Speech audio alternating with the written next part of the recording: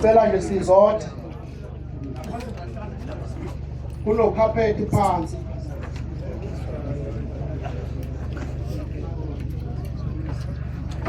bayede hlala umhlabathi silo esikhulu enomnyama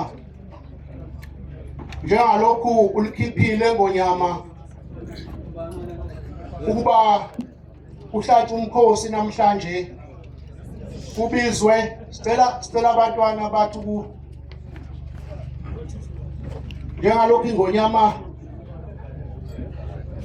ihlaba umkhosi ukuthi idlunkulu abatwana izindlu zonke amakhosi namabutho bahlangane lapha emashobeni namhlanje silesikhulu ngoba kuyaziwa ukuthi ngomhla ka-6 ku-October kwaphuma isinqumo esasithi ngonyama amajaji amakhulu abone njengendlunkulu ukuthi nguwo kufanele kube ubesesihlalweni waseke ngonyama ufisa ukuba ubikela abantwana nokuyibongela ukusakelwa ngayo yonke indlela nendlunkulu.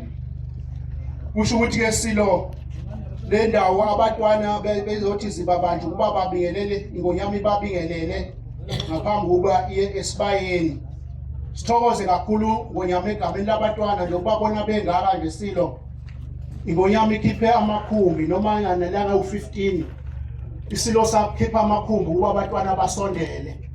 Siyathokoza ngonyama lokuba bathola okuya ngasethunjini abendlovu. Kusho ukuthi ke umntwana okwafihla inqindi uzoba namazwi ngoba wasithuma silo nakhona ukuthi siyobika silo abe nje nezwi ngoba umhlangano wakho ngonyama bese siyinika ingonyama ibingelela ekushoyo.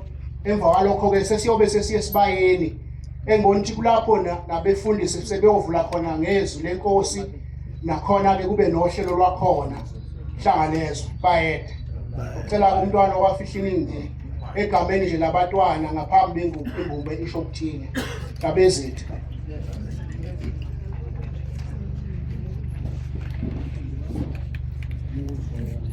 Bayede